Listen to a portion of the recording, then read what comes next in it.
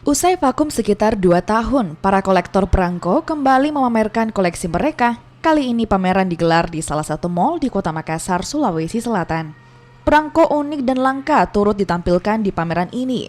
Salah satunya perangko keluarga kerajaan Inggris yang menampilkan Lady Diana dan Pangeran Charles, hingga perangko bergambar Ratu Elizabeth dan Ratu Belanda Wilhelmina yang banyak digunakan pada zaman penjajahan Belanda. Pameran ini pun banyak menarik perhatian pengunjung. Gini memang datang untuk lihat pameran atau mau belanja di sini?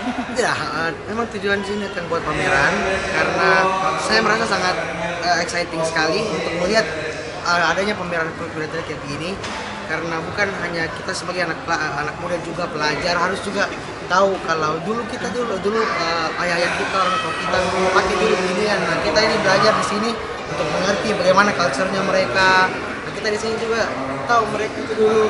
Nah, sekarang juga sebagai muda juga sangat exciting karena bisa lihat sejarah-sejarah di sini baru.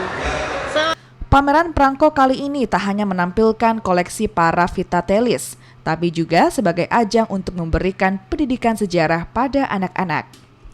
Klasik seperti Dedela ini kan koleksi ini lumayan bernilai karena dikumpulkan dari zaman-zaman Dedelan Inggris, zaman-zaman Belanda kan. Tahun berapa, Pak? Ini ada tahun 1800-an hingga 1900-an. Yang paling tua di sini yang dihadirkan tahun berapa? Kalau di sini ya ini adalah ini.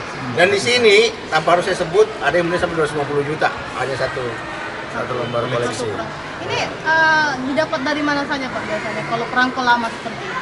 Kalau perangko lama kan memang dari ini kan kita ketahui bahwa filateli itu adalah koleksi raja.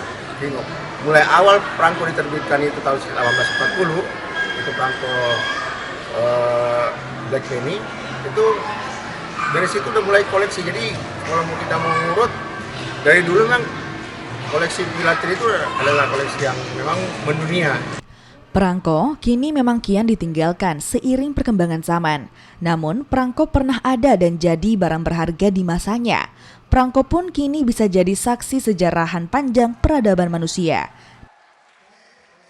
Dila Rustam, Kompas TV Makassar, Sulawesi Selatan.